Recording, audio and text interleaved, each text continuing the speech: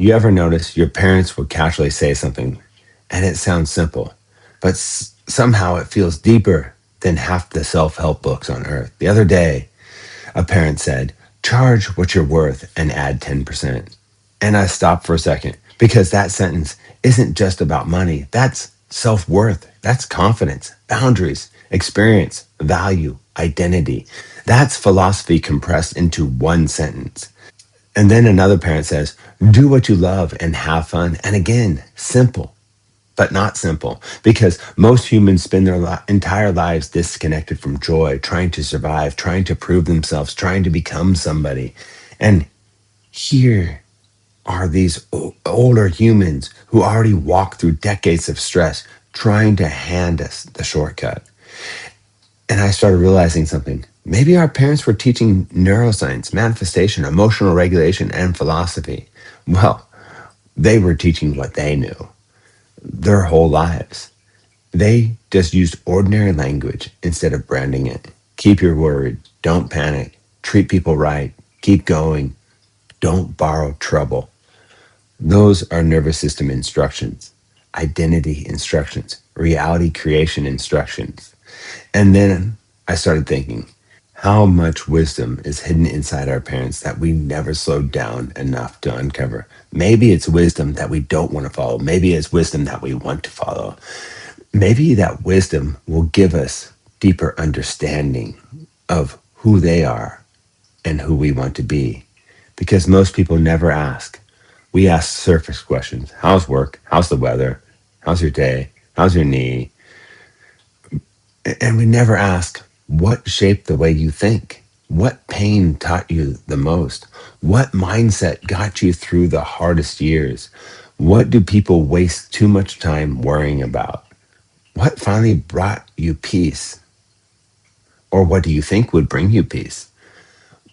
That's where the treasure is. And honestly, I think a lot of us are trying to understand ourselves without understanding the people who built our nervous systems first.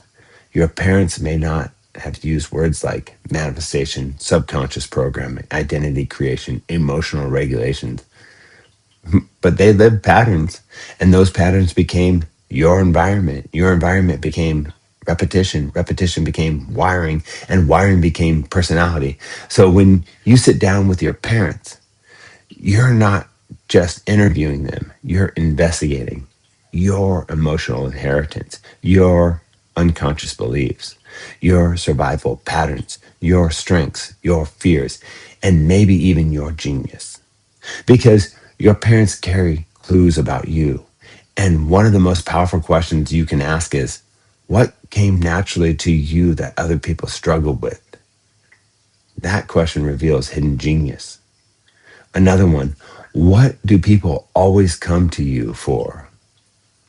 Another one, what do people always come to you for advice about? Boom, there it is. That's usually their superpower. And most older people don't even realize how valuable their wisdom is because it became normal to them. That's the crazy part. The things they think are ordinary might actually be the exact wisdom younger people are starving for. And honestly, sometimes the greatest manifestation teachers aren't online. Sometimes they're sitting quietly at the dinner table. And the older I get, the more I realize something. Wisdom is usually not loud. It's calm. It's simple. It's grounded. It does not need to prove itself. And maybe that's why older people can become so powerful emotionally, because eventually life strips away illusion, and what remains is truth. So ask your parents the deeper questions. Ask, what mattered way less than you thought it would? What mattered way more? What kind of person ends up happiest? What steals people's peace? What gives people peace? And then, when they say something profound, pause. Don't rush the question. Ask, what made you realize that? Because that is where the real story begins. And maybe one day, someone will ask you those same questions.